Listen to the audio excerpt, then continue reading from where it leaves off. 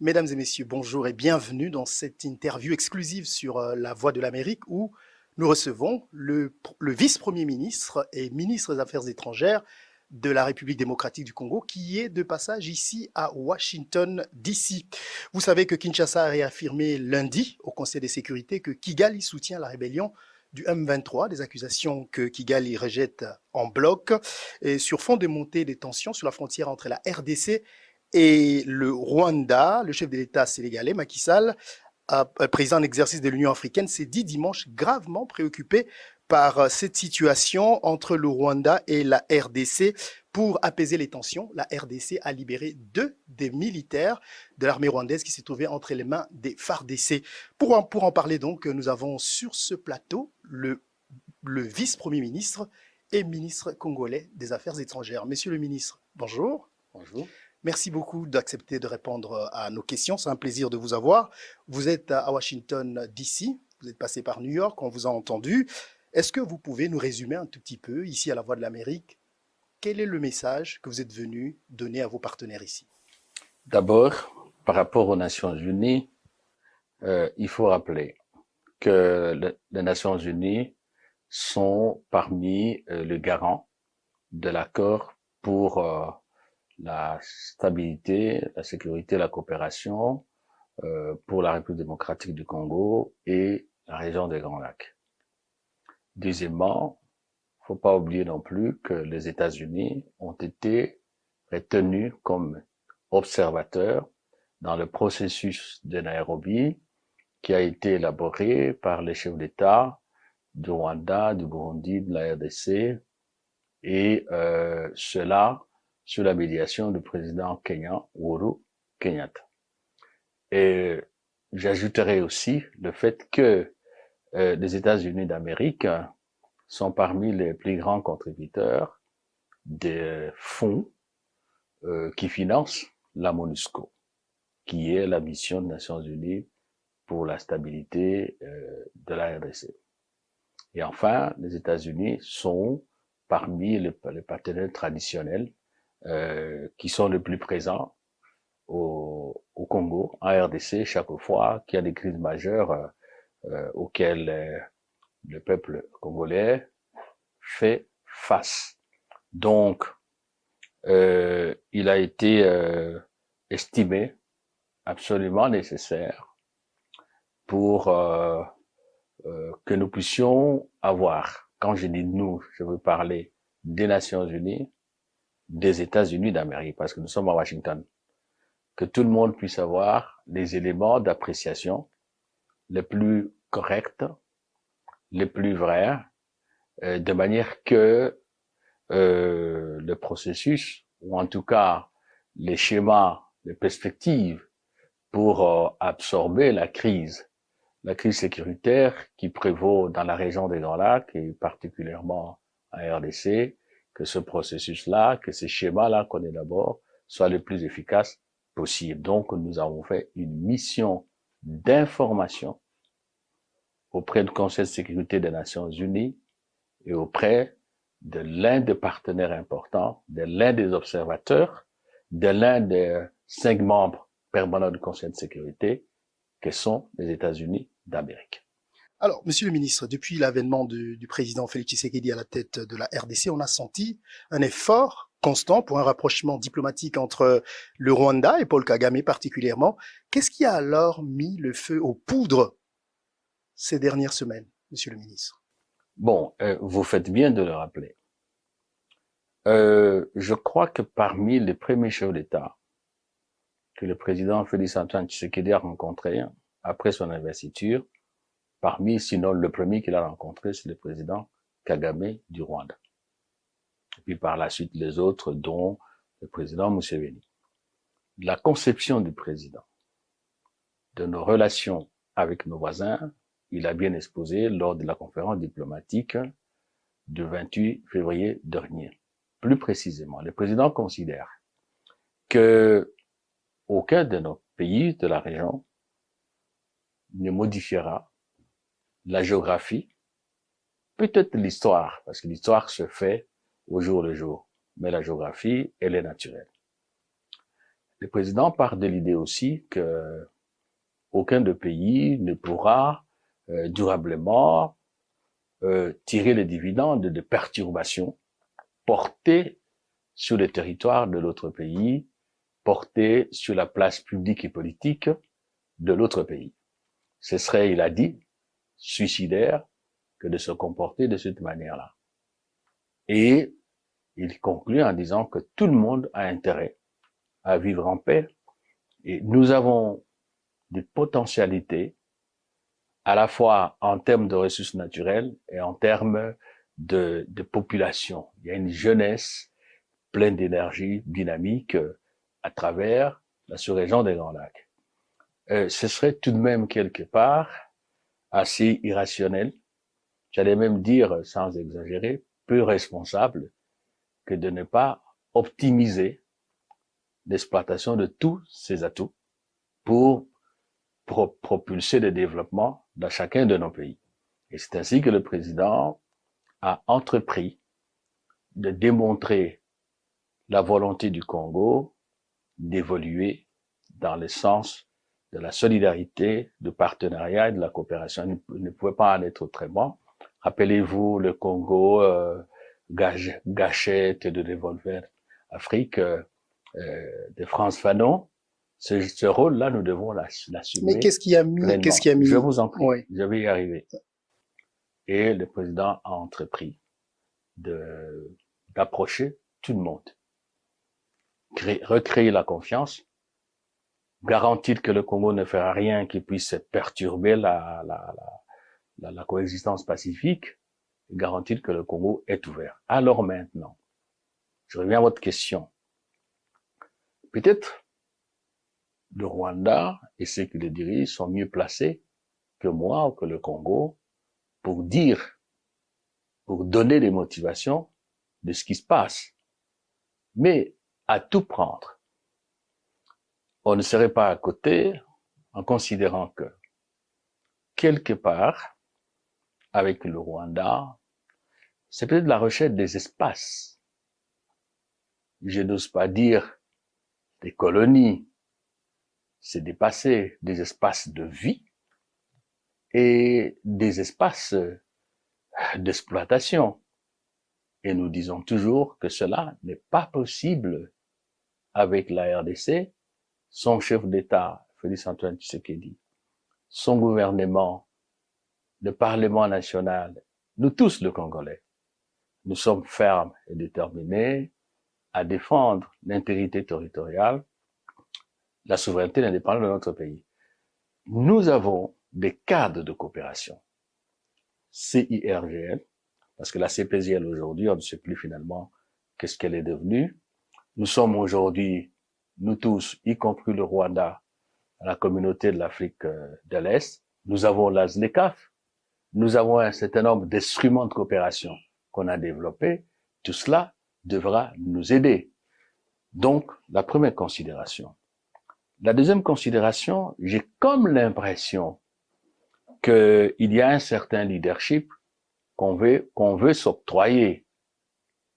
Mais ce leadership ne doit pas s'octroyer de la manière où ça se fait. On a l'impression que c'est une ambition de puissance. Mais il faut faire attention. Je pense qu'il faut éviter d'évoluer dans une perspective de l'igrénuit qui veut se faire aussi grosse que le bœuf. Mais Voilà. Et en plus de ça, il y a le multinational. Suivez mon regard. Le service est de. Quand on remplit ce type de mandat, on peut se permettre n'importe quoi. Mais nous, les Congolais, ça passera pas. Ça passera pas. Nous sommes cofondateurs de l'Union africaine. Nous avons des hommes de valeur, des leaders de valeur connus dans l'histoire de l'Afrique. Nous assumons notre vocation africaine et nous sommes prêts à partager cette vocation avec tout le monde, mais pas de cette manière-là. Mais monsieur le ministre, le Rwanda revient continuellement avec la rhétorique des FDLR qui vous reprochent d'entretenir. Quel rapport y a-t-il entre le FDLR et le M23 que vous accusez d'être soutenu par le Rwanda? Vous savez, il y a un pays qui a mis en place une commission sur le génocide. Je ne vais pas citer le pays. Commission parlementaire. Et à l'issue du travail de la commission parlementaire de son pays, de ce pays-là, il y a le président de la commission qui a dit une phrase que j'ai retenue. Il a dit, le génocide, ce sont les Rwandais qui ont tué le Rwandais. Nous pouvons tenir les mêmes raisonnements. Avril 1994, il n'y a pas eu un seul Congolais qui a traversé la frontière. Notre malheur, c'est qu'on nous a imposé d'accueillir des fouillards. Quand je dis on, mon regard va vers New York, où se trouvent les Nations Unies. La Tanzanie a refusé de réfugiés. Nous, on a voulu le faire. Suivez un reportage où vous trouverez ce que Kengo en dit. Mais la RDC a refusé de désarmer les... J'en viens. Laissez-moi parler. Depuis ce drame, ce génocide odieux que nous déplorons, que nous dénonçons nous tous, on a comme l'impression que nous devons en payer le prix. Et ça fait pratiquement 28 ans. Ça n'est pas juste. FDLR, comme cite le nom d'un seul Congolais, où se trouverait dans ce moment-là. Il n'y en a pas. On dit nous soutenons l'FDLR. Allez, on va raisonner. Du temps du président Joseph Kabila, ok? Je crois 2009, si je me trompe pas. Il a accepté que les troupes rwandaises évoluent en RDC pour mettre fin à ses opposants, à ceux que le régime actuel considère comme des ennemis. C'est pas notre problème. Ils sont arrivés au Congo, ils ont fait longtemps. Pourquoi n'ont-ils pas mis fin au FDLR?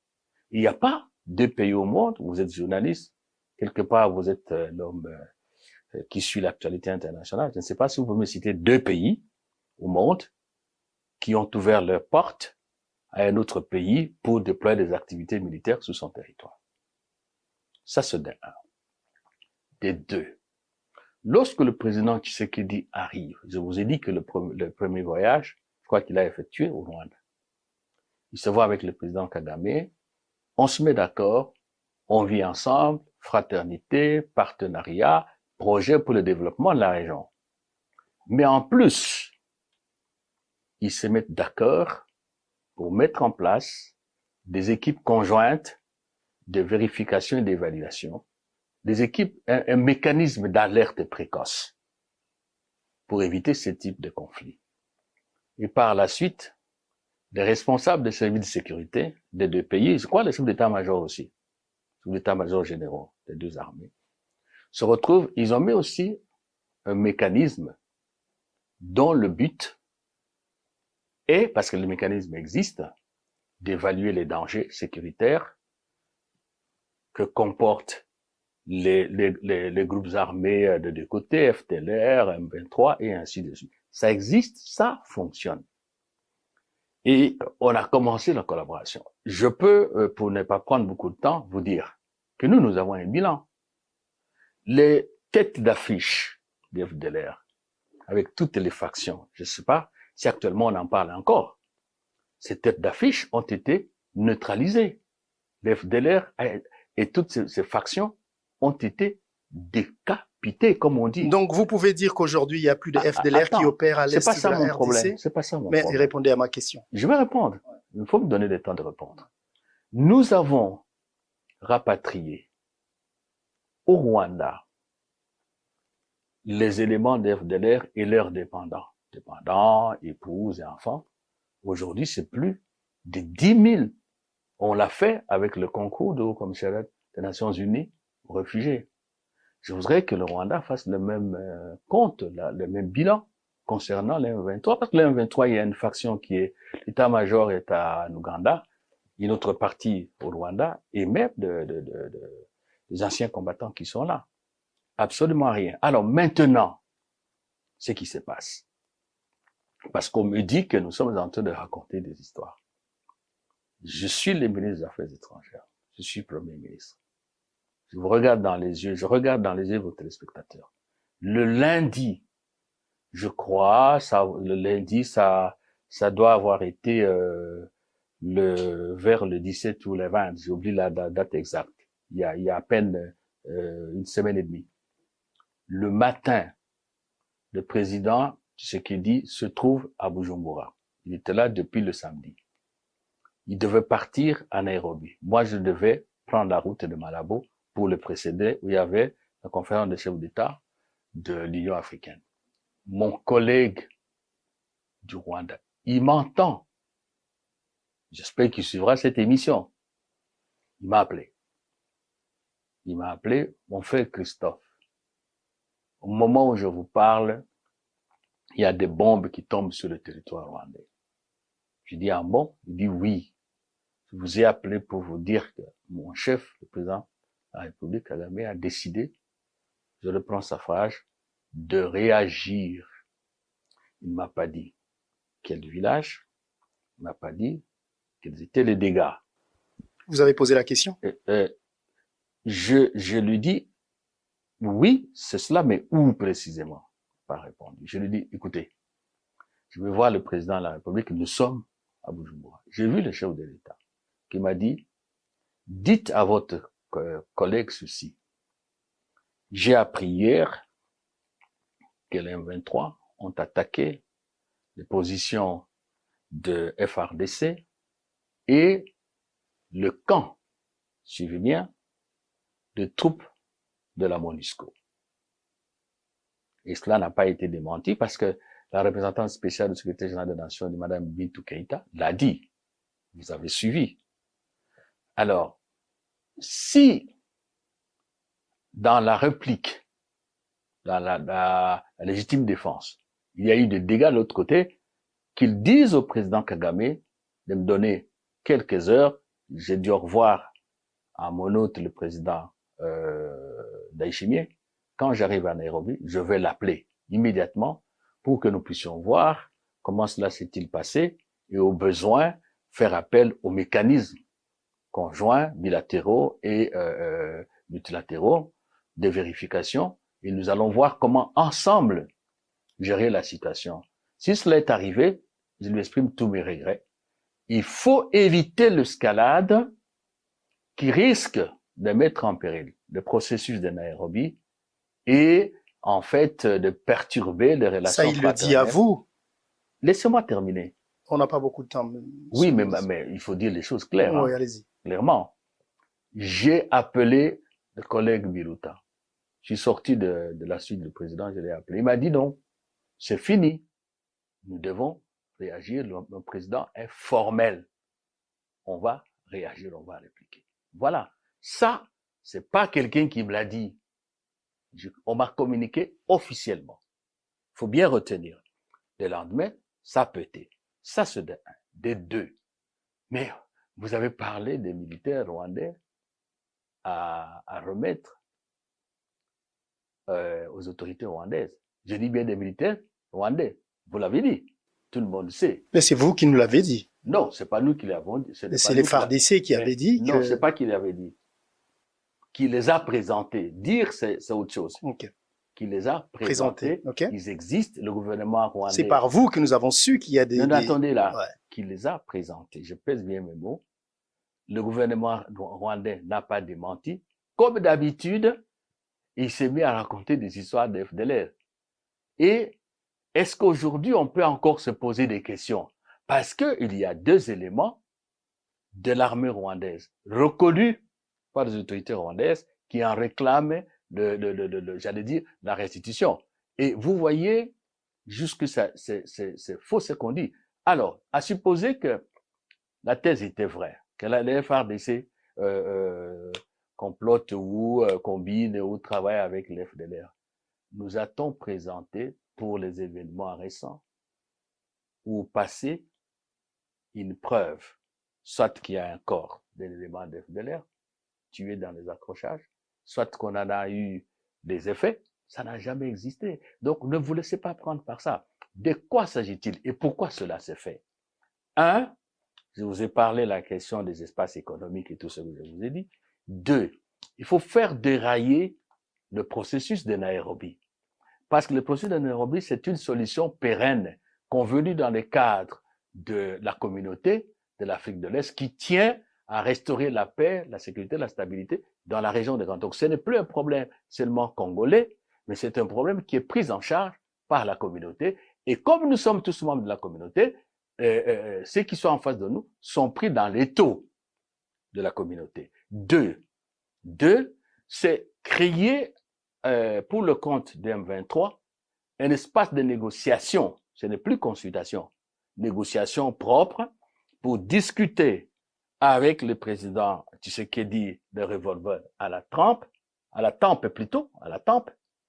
et lui dire, vous donnez ça, repositionner. Je dis à l'opinion internationale et nationale congolaise aussi, que cela ne se fera plus. Les histoires de mixage, de brassage, de je ne sais pas quoi, c'est fini. Si vous voulez entrer dans l'armée, vous suivez la procédure. Vous voulez avoir des positionnements, suivez le procédé démocratique. Et un autre élément de motivation. Vous savez que le pape arrive au Congo au mois de juillet et il va passer aussi à Goma et à Kibumba. Le roi de Belge arrive le 7, dans quelques jours, au Congo, il va passer. C'est pour dire à la communauté internationale, vous qui venez là, sachez que nous avons un mois à dire sur le Congo. C'est cela. Faire déraper, nous maintenir dans un état de marché libre où tout le monde va exploiter le coltan, l'or et tout.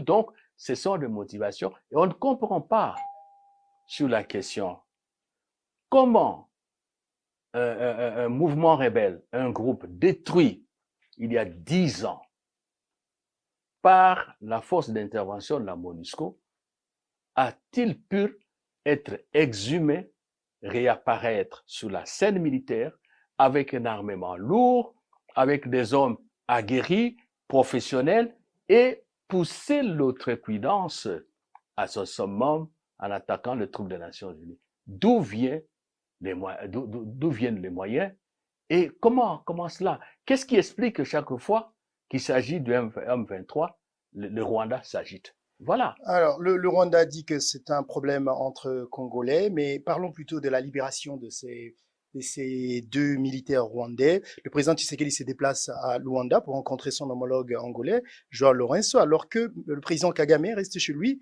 et décide de libérer les deux soldats rwandais capturés sur le sol. Quelle est la stratégie?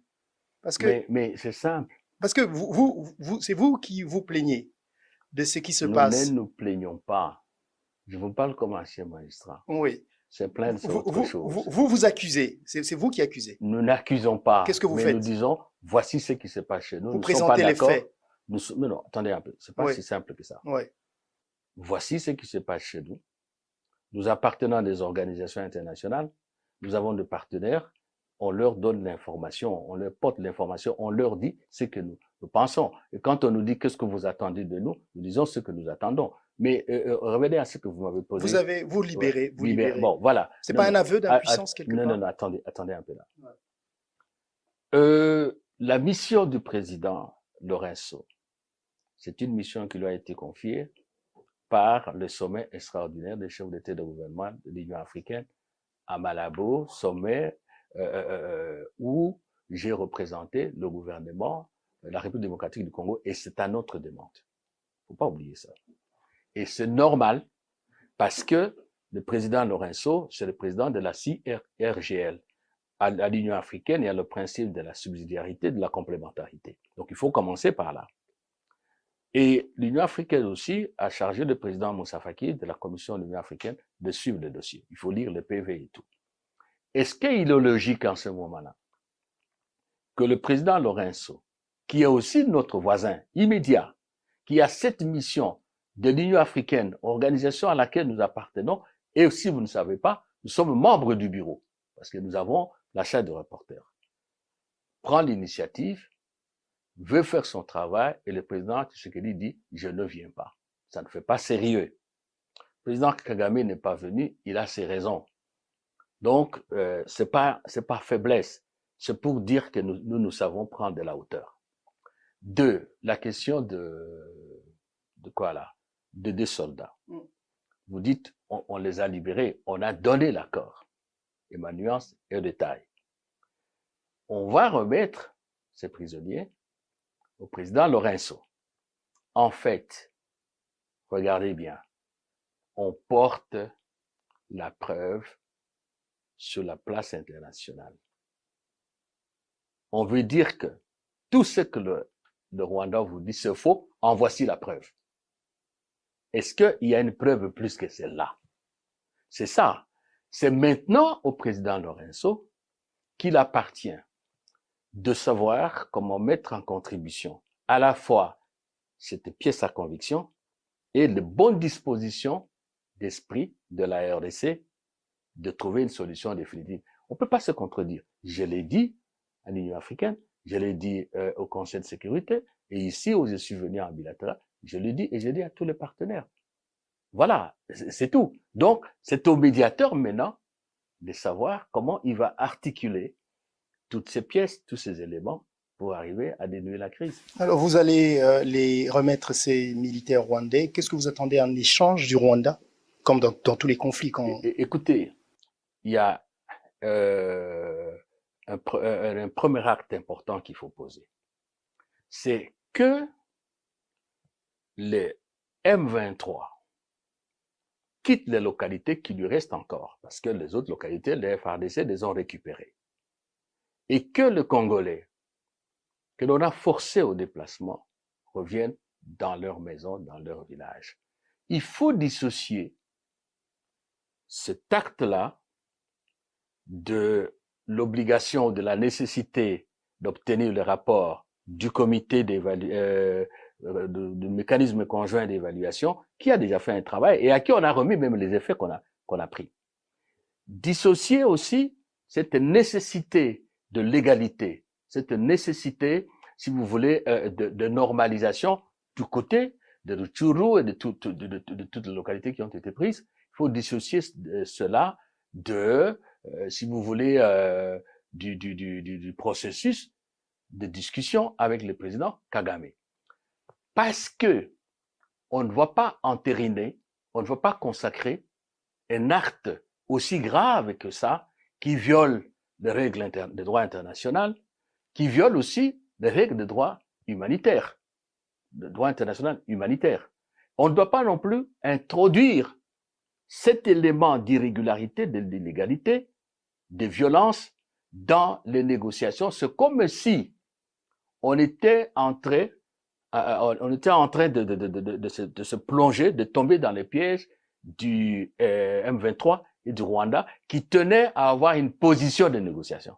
Vous voyez? Donc, la première chose, et je le dis devant votre micro, si le médiateur, président Lourenço, veut créer les conditions d'un bon dialogue, que nous souhaitons un dialogue sincère, et si toutes les institutions internationales qui sont disposées à contribuer veulent qu'on arrive, il faudra illico presto que le M23 dépose les armes, qu'il rentre dans ses positions, je ne sais pas dans quelle forêt, dans quelle savane ils étaient, et que le Congolais retrouve leur domicile. Qu'est-ce que vous attendez? Deuxième élément maintenant, parce que nous avons notre thèse, qui est vrai, je viens de vous le prouver, que c'est le Rwanda, et ils donnent leurs arguments, qu'est-ce que nous attendons? Que ça finisse, qu'on ne revienne plus à ça. Qu'est-ce que nous attendons? Que cette médiation ponctuelle, conjoncturelle, se termine vite par le retour dans le pristine état, de manière que le processus de Nairobi avance, parce qu'à la date d'aujourd'hui, il est important de le dire, le président Tshisekedi et le président Uhuru, à travers le secrétariat exécutif du processus de Nairobi, qui est composé du représentant du président Uhuru et de la délégation, d'un côté, de l'autre côté, c'est un comité conjoint du représentant du président Tshisekedi et d'une équipe technique. Ce comité a déjà pris langue avec à peu près 56 chefs de groupe armés et 40 chefs de communauté locales. Il reste maintenant la société civile et dont les femmes. Vous voyez, donc de tout doit cheminer sur ce résultat-là et alors le président Uhuru et la communauté de l'Afrique de l'Est, l'Union africaine, le Conseil paix et sécurité de l'Union africaine, tout reprennent le dossier pour continuer. Alors, monsieur le ministre, la RDC a exclu les M23 des négociations de Nairobi. Comment compte-t-elle alors régler la question de la démobilisation et de la réinsertion? Écoutez, la RDC n'a pas exclu. On est en négociation à Nairobi avec un groupe de délégués de M23. Les autres déclenchent des hostilités. Vous voyez ce que je vous ai dit, faire en sorte qu'on ait un pouvoir de négociation et qu'on soit les seuls maîtres à bord de groupes armés, ce qui n'est pas admissible. Alors on lui a dit, faites le choix, les armes ou les consultations. Donc ce n'est pas nous qui avons exclu. Et ils ont fait ce qu'ils ont fait. Nous avons pris acte de ce qu'est. En fait, c'est un mouvement qui n'a rien à faire. Et je vous dis que dans les processus de Nairobi, il y a Yakutumba, il y a Zaïre, il y a Codeco et le M23 qui n'aiment pas de négociation. Mais le M23 est allé jusqu'à reprendre la violence. Et je vous dis aussi que dans le communiqué du 21 avril de Nairobi, il est prévu qu'au bout des discussions, c'est-à-dire que chaque chef d'État de la région qui a affaire à un groupe armé ou à des groupes armés doit faire un effort de rapprochement, comme je vous ai dit au début de l'émission. Et les groupes armés qui ne vont pas suivre pour arriver sur le PDDRC sera considéré comme, ou seront considérés ce groupe-là comme des forces négatives qui seront combattues par une force en attente de la communauté de l'Afrique de l'Est. Donc ça va être une neutralisation par les armes.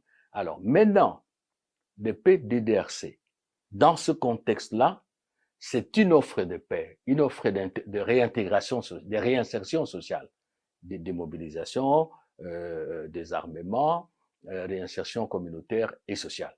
Si un groupe armé ne veut pas aller, ne veut pas prendre la main tendue d'un chef d'État, et pour nous, du président Tshisekedi, c'est son droit. C'est son droit. L'adhésion au programme auquel vous faites allusion, en fait, c'est la dernière chance. Et beaucoup de bailleurs de fonds multilatéraux et bilatéraux se sont engagés à financer. Avant-hier, au Conseil de sécurité, je crois, le représentant de la France a annoncé un montant. Donc, c'est une main tendue et le président est très ouvert. Il appartient à chacun de décider de ce qu'il veut. Voilà. Et ce qu'a fait le M23, le Conseil supérieur de la défense qui s'est réuni il y a quelques jours a pris une option.